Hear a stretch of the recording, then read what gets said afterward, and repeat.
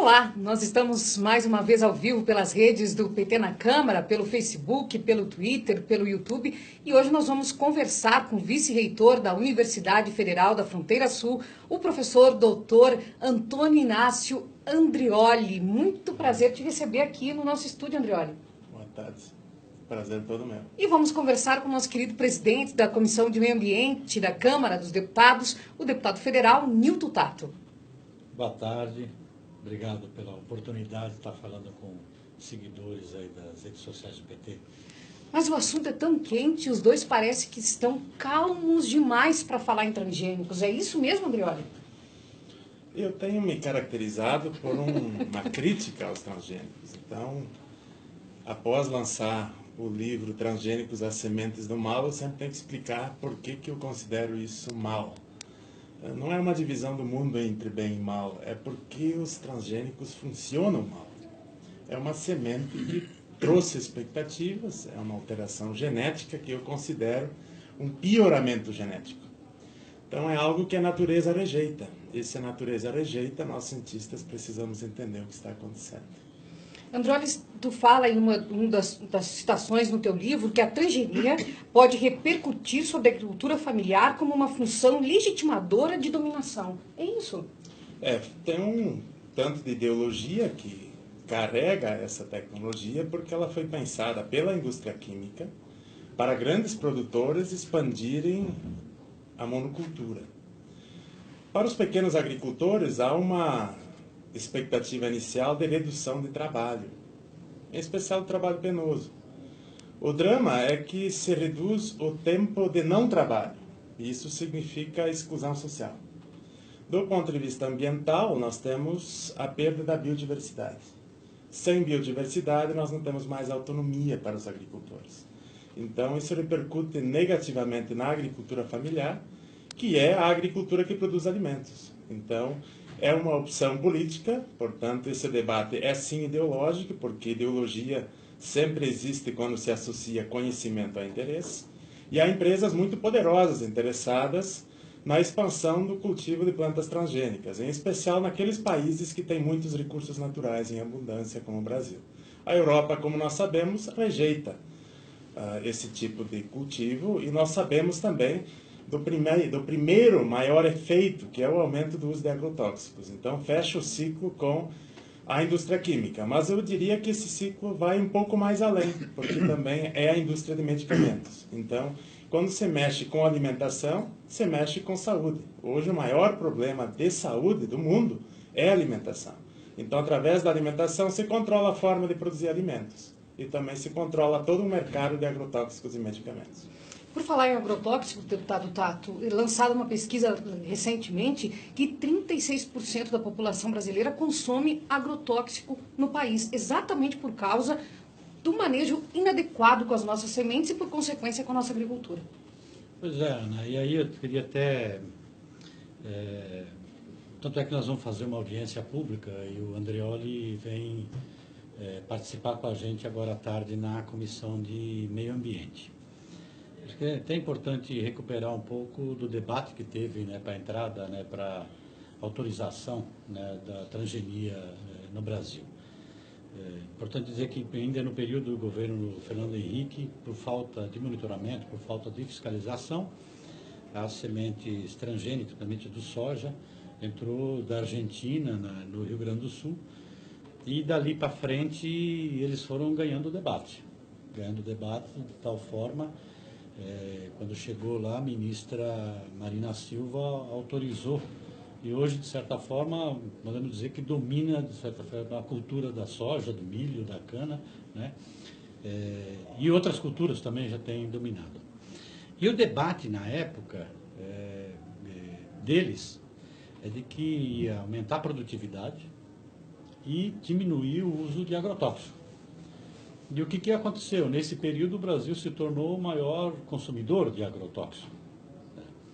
E agora, a assessoria, inclusive, da bancada do PT aqui na Câmara, até produziu um relatório, onde demonstra que a produtividade, por exemplo, da cultura da soja, a produtividade, nesses 15 anos, ela aumentou 1,1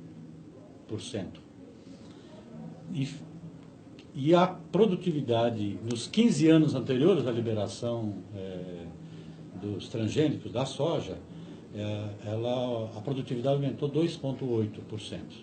Se não me engano, acho que são esses números. Quer dizer, a produtividade só foi maior para lá. Eles propalam que aumentou a produtividade, né, e o Brasil se tornou grande produtor, por exemplo, de commodity, mas eles não levam em conta que nestes últimos anos você expandiu a área de produção indo para áreas que até então você não tinha essas culturas, como, por exemplo, intensificou a produção no Cerrado e no bioma da Amazônia. Que nos remete a um outro problema com este modelo aí, que eu queria até que o Andreoli também comentasse, de que são terras novas, tá? Portanto, o manejo, entendeu, são solos diferentes, por exemplo, do manejo que faz tradicionalmente, e que, de certa forma, tem maior resistência ao tipo do uso dos agroquímicos que tem usando no caso do bioma da Mata Atlântica, e, portanto, não pode se dizer a mesma coisa do Cerrado e da Amazônia. Então, quer dizer, coloca em risco, inclusive, né, o papel do Brasil enquanto produção de commodities também,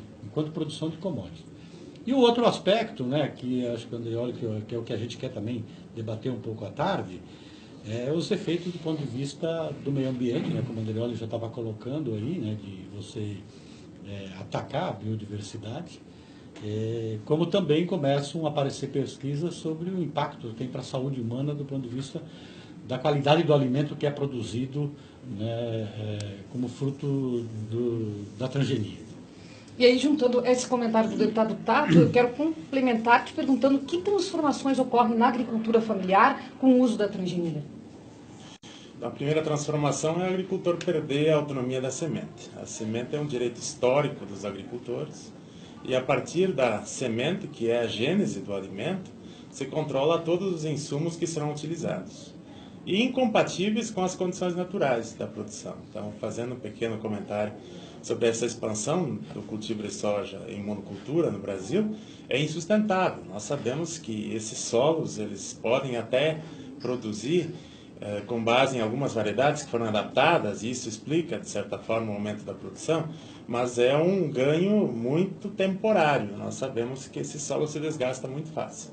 Então, também do ponto de vista ambiental, nós temos que considerar que ao descartarmos aquilo que o agricultor produziu em milhares de anos de conhecimento, se adaptando às sementes, às condições da natureza, às condições de solo, de clima, agora você imagina que em laboratório se possa produzir algo que se adapte da mesma forma que a natureza produziu. Então, eu considero isso um tanto, até diria assim, absurdo, porque nós estamos, ao invés de entender a natureza, tentando combater efeitos de uma ação que já é insustentável, né? Quer dizer, ao invés de entender por que uma planta se torna planta daninha, como eu prefiro o conceito de ervas ruderais, mas a gente chama de planta daninha, ao invés de entender esse fenômeno, que é um fenômeno da natureza que reage a um desequilíbrio, nós tentamos produzir sementes que possam responder a esses problemas técnicos. O resultado disso é que nós produzimos ainda mais problemas técnicos. Então nós produzimos mais ervas daninhas, ervas ruderais, nós produzimos mais doenças, porque essas plantas, elas também, mesmo que elas possam apresentar algum impacto na produtividade inicial, a longo prazo elas perdem isso pela condição de adaptação, e essas são as plantas mais atacadas por insetos, porque elas também ficam doentes por causa desse desequilíbrio. Então nós geramos mais dois problemas, nós vamos ter que usar inseticida, usar fungicida, e no pacote geral nós aumentamos o consumo de agrotóxicos, que era um tanto evidente, se nós considerarmos que as empresas que estão investindo nisso, elas expandiram a produção de agrotóxicos. Então era muito falacioso aquele argumento de dizer que agora com a transgenia se reduz o uso de agrotóxicos ao mesmo tempo em que se ampliou a produção de agrotóxicos. E não poderia a empresa como a Bayer, como a BASF, como a Syngenta, como a Monsanto, como a Dow AgroScience, agora citei os 5 grandes monopólios, eles saírem da produção química. Isso era uma falácia, né? Mas muita gente acreditou nisso. Hoje nós temos os dados comprovando. Eu vou dizer uma coisa assim mais absurda para mim, trabalho na ciência, há cientistas que continuam acreditando que virá uma próxima geração a partir de produtos produzidos a partir de uma técnica que nós já sabemos que deu problema. Então, ao invés de entender o problema dessa técnica na relação com a natureza, se imagina uma outra geração que no Brasil nunca veio, mas que se sonha que possa resolver os problemas técnicos que essa tecnologia causou. É interessante que o que causa o problema é visto como solução.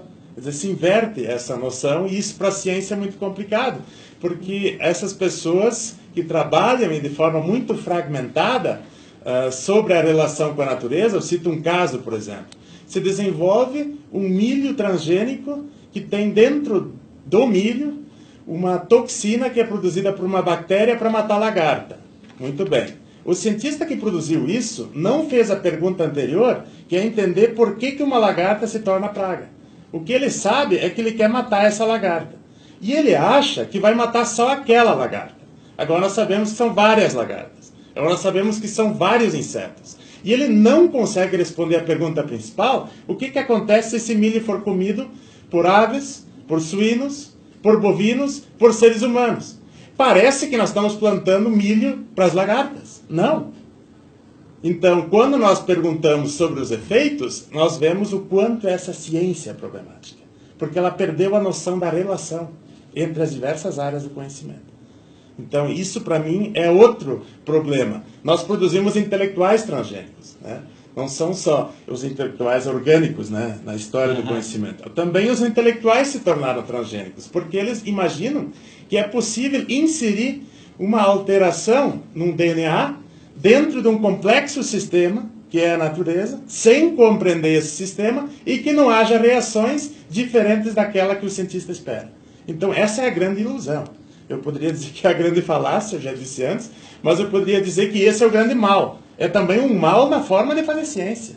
Não é só o uso dela. Alguns sonham com isso também. Se o Estado, por exemplo, produzisse transgênicos, isso seria melhor do que deixar para as empresas? A técnica, ela não pode ser modificada só pelo uso, porque ela já está programada a partir do momento que se decide o que vai se produzir, quem vai produzir e para quem se produz. Aí o como, que é o detalhe que o cientista passa a analisar, ele não tem como resolver essas outras três perguntas. Então, para um sistema complexo de natureza como o Brasil, que tem a maior biodiversidade do mundo, a transgenia é um perigo enorme, porque nós reduzimos as nossas opções de resolver, inclusive, os problemas técnicos da agricultura, que nós estamos aumentando a cada ano. O uso de agrotóxicos tem aumentado e complexificado a agricultura brasileira, aumentando os custos de produção e, como o deputado dizia, não aumentando a produtividade, porque isso era outro mito.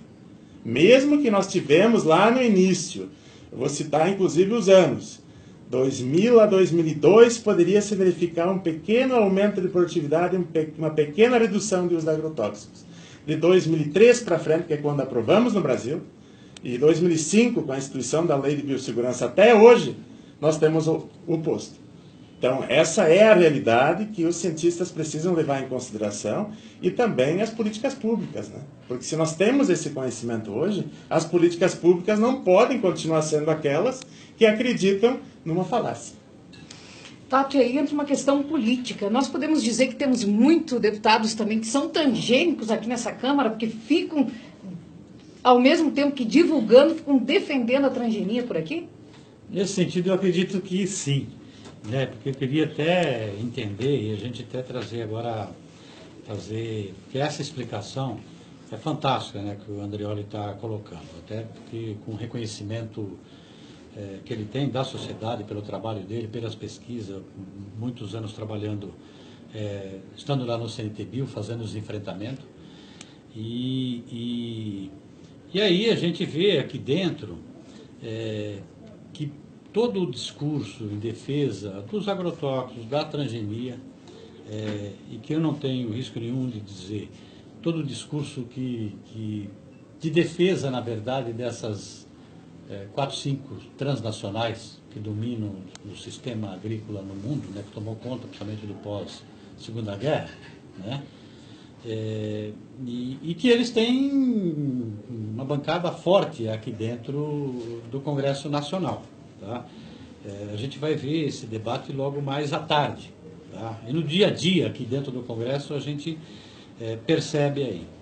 E E parece que eles não entendem, porque eles usam inclusive o discurso de defesa dos produtores, mas o produtor também está pagando mais caro, está tendo um custo mais caro, está diminuindo a lucratividade, inclusive, do produtor. Tá? Tem uma questão que também é de interesse geral também no ponto de vista ambiental. Hoje, os agroquímicos já é a segunda causa de contaminação dos mananciais no país inteiro. Mananciais, quando eu falo aqui, é onde você capta água para beber, os animais vão beber. Além, evidentemente, do impacto que tem para as outras vidas, não só para o ser humano e para os animais domésticos. Né? Tem uma outra questão, é que os maiores compradores das commodities, da semente, né, produzida pelo Brasil, tá? Principalmente os países da Europa, a população de lá está começando a colocar restrição pela quantidade de agrotóxicos que se usa aqui, inclusive pelos transgênicos. Tá? Então, quando eles se usam também do ponto de vista econômico, do papel que o agronegócio tem, né, o que a grande agricultura tem, do ponto de vista da balança comercial, logo mais não vai ter esse papel, porque o Brasil corre o risco de perder, inclusive, mercado nesse sentido. Tá? Então, nós precisamos fazer esse enfrentamento. E o risco que tem, que alguns debates não têm a maior cara dura aqui dentro, né, da bancada ruralista, tem a maior cara dura de defender, independente que se pague os royalties, né, pela semente, né, e depois também pela lei de patentes também, pague de forma dupla, né, que parece que já há um debate, inclusive, de produtores, né, não sei se acho que é na Argentina, no Paraguai, no Uruguai, que estão querendo rever, inclusive, a própria legislação lá que também liberou os transgênicos. Então, acho que o Andreoli podia até comentar um pouco mais, porque ela é especialista nessa área, tem acompanhado bem esse debate, mas estou falando assim, nós temos aqui dentro uma bancada muito forte, que é a bancada ruralista, e que quando a gente verifica esses indicadores, Andreoli, do ponto de vista de produtividade, de aumento do custo da produção, e que aí fica claro que quem está ganhando com isso aí são essas empresas, essas transnacionais, fica patente de que essas empresas não estão aqui defendendo produtores, estão aqui defendendo, na verdade, interesses dessas empresas transnacionais, que são elas que lucram nesse processo todo da agricultura. Andreoli, aliado ao que o deputado Tato acaba de falar, eu gostaria que tu aproveitasse e comentasse também que tipo de modificações no comportamento humano nós podemos levantar com o uso da transgenia. Voltando um pouco a essa questão da propriedade intelectual, eu tenho convicção que não existiriam transgênicos se não existisse o que a gente chama de acordo internacional sobre os direitos autorais, intelectuais, quando se produz as sementes. Então, o acordo TRIPS, que foi feito no mundo inteiro, e que permitiu que uma empresa pudesse patentear um recurso natural e dar aplicação industrial para ele. Então, isso é que deu origem a toda a discussão, mas também a implementação dos transgênicos no mundo. Já nisso há um problema. Como é que pode que uma empresa como a Embrapa, no Brasil, produz sementes e, com dinheiro público, entrega essas sementes a uma outra empresa privada chamada Monsanto, que torna essas variedades resistentes a um herbicida chamado glifosato.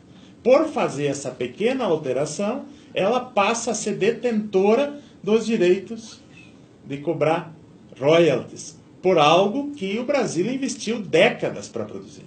Então, ali já há uma apropriação indevida. Imagine do ponto de vista do agricultor. O agricultor desenvolve uma semente crioula que se adaptou a uma região, que produziu alimentos há milhares de anos, e agora ele é impedido de fazer isso porque há uma outra semente que o contamina. E ao contaminá-lo, mesmo que ele não tenha cultivado, ele precisa pagar por isso. É mais ou menos como se aquele que atira, ele não seja considerado culpado. Quem é culpado é a vítima.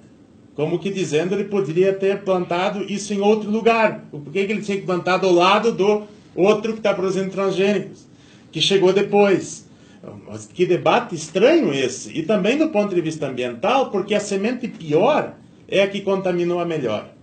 E destruiu a possibilidade da melhor poder se regenerar. Então, com a transgenia, se impediu, inclusive, a evolução das espécies. E mais, esse conhecimento fica reservado confidencialmente, e aí tem um direito comercial a uma empresa que impede que outros cientistas possam ter acesso a ela e evoluir em termos de progresso científico. Então também se nega o progresso científico para a sociedade depois dessa apropriação. Então isso de fato é muito grave, e é claro que no Brasil houve essa opção, uma opção que mexe com a soberania alimentar do país. Uma opção de entregar os nossos recursos naturais, que ainda não são mercadoria, para países que valorizam muito esses recursos naturais. Vocês imaginem o que seria calcular o quanto nós exportamos em água através da soja para a Europa. E o quanto custou para a Europa conseguir descontaminar os rios, que no passado foram contaminados com produtos químicos. Se nós fizéssemos todas essas contas, incluíssemos a destruição dos solos férteis, como o Brasil tem em vários estados com tantas diferenças e podendo produzir tanta comida, e se agregássemos ainda os custos sociais disso, que é o êxodo rural, e os custos de saúde que o Estado paga depois, né, nós iríamos dizer que nós não temos superávit na balança comercial. Nós temos déficit. Só que nós não contamos isso. Os outros países contam. Por isso que a Bayer não faz transgênicos na Alemanha. Por isso que a Syngenta não faz transgênicos na Suíça. Eles fazem aqui. E não é porque eles gostam do Brasil. É porque aqui nós permitimos que os nossos recursos naturais, que são considerados abundantes, nem sejam contabilizados. Vejam a insustentabilidade disso para o futuro. Quando se esgotarem todos os nossos solos, no Cerrado, na Amazônia, quem sabe nós vamos fazer essa pergunta. Como foi esse passado? E por que nós destruímos o potencial da agricultura brasileira? Do ponto de vista do agricultor, é importantíssimo analisar isso, porque, primeiro, a tecnologia ela não foi pensada para o agricultor familiar. O agricultor familiar, no sul do Brasil, através do contrabando, da contaminação, toda essa ideologia, que também é importante, falar dos meios de comunicação, falar do papel dos cientistas, falar do papel da extensão rural, que colocou isso como uma, vamos dizer assim, uma grande novidade tecnológica. Agora, passada essa euforia, os agricultores também já percebem. Só que nós não temos como sair dela. Se 90% da nossa soja hoje é transgênica, como o agricultor poderia produzir soja orgânica? Que a Europa quer. Que paga, inclusive, 50% a mais no preço. E na minha pesquisa de campo, deputado, eu constatei que para produzir soja orgânica, podemos ter 43% a menos de custo. Então, por que não produzir isso? Que é exatamente o que o mercado quer. Não, nós produzimos uma soja pior, que produz menos, vou dizer mais um dado, com menos proteína.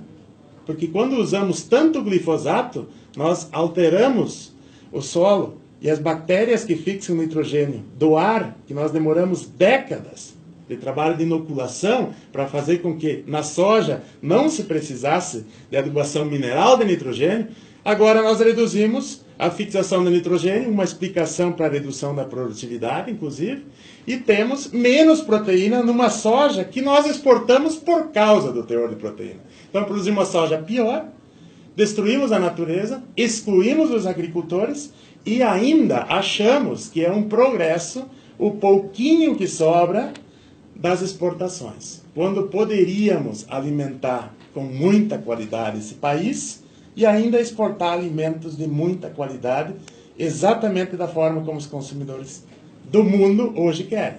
Então veja, esse é o comportamento que se altera.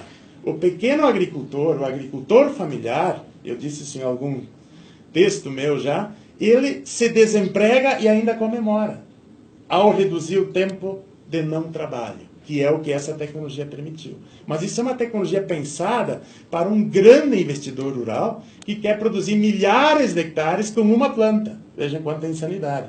A natureza não teria como suportar isso. Então, produzir milhares de hectares com uma só planta e ainda esperar, né, que possa produzir isso quase sem trabalhadores. dizer, essa é a questão de fundo. E por isso é o debate sobre a reforma agrária, que está por detrás da questão da transgenia. E é claro que daí o agronegócio, que eu acho que inclusive é um conceito que nós deveríamos discutir, porque o agro não deve se reduzir a um negócio. O agro produz comida. Comida é saúde. E saúde significa também o que nós, no Brasil, chamamos muito de soberania alimentar da nação. Se nós não protegermos isso com política pública, e foram muitos anos com mercados institucionais apoiando isso, comprando para merenda escolar, o Programa Nacional de Agroecologia e Produção Orgânica, políticas públicas que agora passam a ser destruídas. E claro, se nós destruirmos isso, nós destruímos também o nosso potencial produtivo. E colocamos o Brasil numa maior dependência, como há 500 anos o fazemos.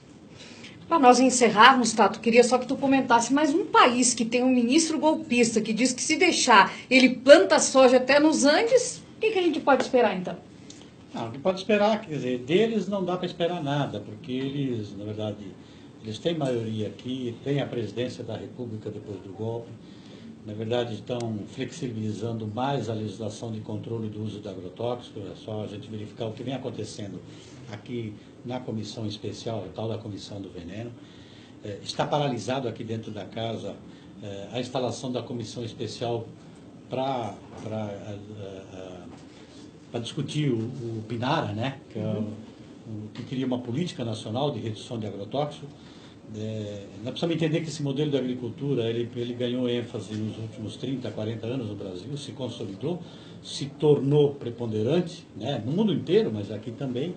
A gente sabe que para você pensar uma outra agricultura que passa pela distribuição da terra, né, para a valorização da agrobiodiversidade, né, a valorização da agricultura familiar, né, da produção de alimentação sadia, que é o futuro que coloca, porque todo esse debate é de segurança alimentar, mas é de segurança nacional também, pelo papel que tem, pela extensão territorial que a gente tem aqui.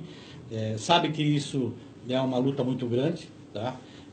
Nós já temos, na verdade, dessa agricultura, que a gente podia dizer assim, agricultura tradicional, agricultura convencional, que não usa nem a transgenia, ou que não usa, que vai na perspectiva da agroecologia.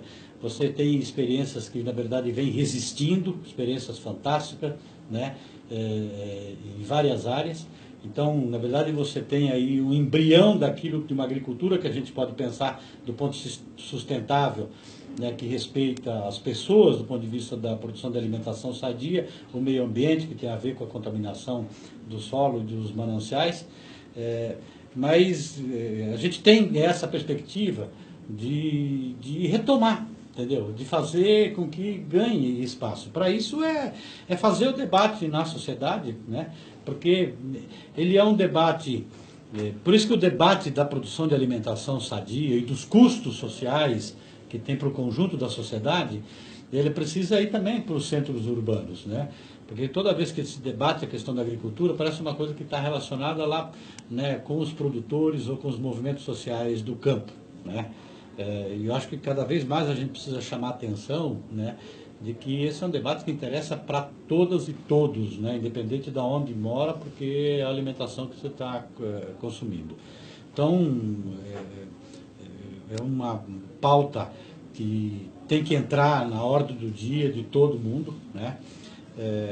Acho que o PT como um todo está entendendo isso aí, né? Sempre foi um partido que esteve junto aí com os agricultores familiares, né, em apoio aos movimentos sociais do campo, e agora mais do que nunca nós temos que, pensando inclusive no futuro, inclusive para o ano que vem, da gente começar a debater o papel da agricultura, né, e de que modelo de agricultura que a gente quer, porque não dá para seguir, a gente precisa fazer esse enfrentamento. Eles têm a Rede Globo lá, cada meia hora aparecendo a propaganda do agro é pop, o agro é pop, o agro é pop, né? E nós temos que fazer esse enfrentamento debatendo em todos os espaços na sociedade, nas igrejas, nas escolas, em todos os lugares. Eu costumo dizer, André, que tanto a relação da transgenia como também da questão dos agrotóxicos, se a gente fosse olhar alguns anos atrás, você não tinha muitas pesquisas, ou não eram permitidas, ou não eram divulgadas, pesquisa sobre os malefícios do tabaco. Né? Hoje em dia, qualquer criança de 3, 4 anos já começa a fazer uma campanha dentro da casa contra o tabagismo, né? Porque isso ganhou repercussão, furou, né? Rompeu essa barreira. Eu falo assim das transnacionais, né? Que dominavam a produção do tabaco, né? E a questão do agrotóxico, né? Da química, entendeu? Na agricultura, precisamos fazer esse caminho, nós precisamos furar esse bloqueio, fazer esse enfrentamento, né? Fazer com que esse debate ele se espalhe de tal forma, porque isso pode influenciar, entendeu, para frente na composição daqui desta casa, né? De quem as pessoas escolhem para estar representando ela, para fazer as suas leis. Muito obrigada, deputado Tato. Obrigada por estar aqui conosco. Muito bom trabalho para o senhor lá na Comissão de Meio Ambiente. Muito obrigada. Prazer recebê-lo. Obrigado. Prazer aqui falar com os seguidores aí das redes sociais do PT. Andreoli, muito obrigada. Muito feliz com a tua aula a respeito do assunto e quero que tu venhas mais vezes aqui. Fico muito feliz com a oportunidade de poder lançar aqui, né, o meu livro, Soja Orgânica versus Soja Transgênica, que é um trabalho de 15 anos, originalmente em alemão, depois vem para o Brasil, e que traz esse debate da agricultura. Eu gostei muito, que esse é o conceito que nós temos que usar. Agricultura. Tem muita cultura na produção de alimentos, por isso não se reduz a um negócio. E se tem muita cultura, e essa cultura que o agricultor produziu como conhecimento precisa ser também estimulada pelo conhecimento científico. Isso é a agroecologia. E considerar que se o agricultor não faz isso, vai ter que pagar por isso. É isso que a Monsanto está vendendo para ele. Se ele abrir mão do seu conhecimento, ele vai ter que comprar um pacote, que torna inviável produzir, a não ser que ele pudesse expandir a área. Mas é o que ele não pode, porque ele não é um latifundiário. Ele não vai fazer grilagem. Ele não tem como expandir a área de terra. Então ele tem que potencializar os recursos que tem. E aquilo que eu aprendi na Alemanha, todo agricultor é um ambientalista, porque ele cuida do solo. E o solo é a base da agricultura. Tá certo, nós voltamos em uma outra oportunidade aqui pelas redes do PT na Câmara. Um grande abraço e gratidão.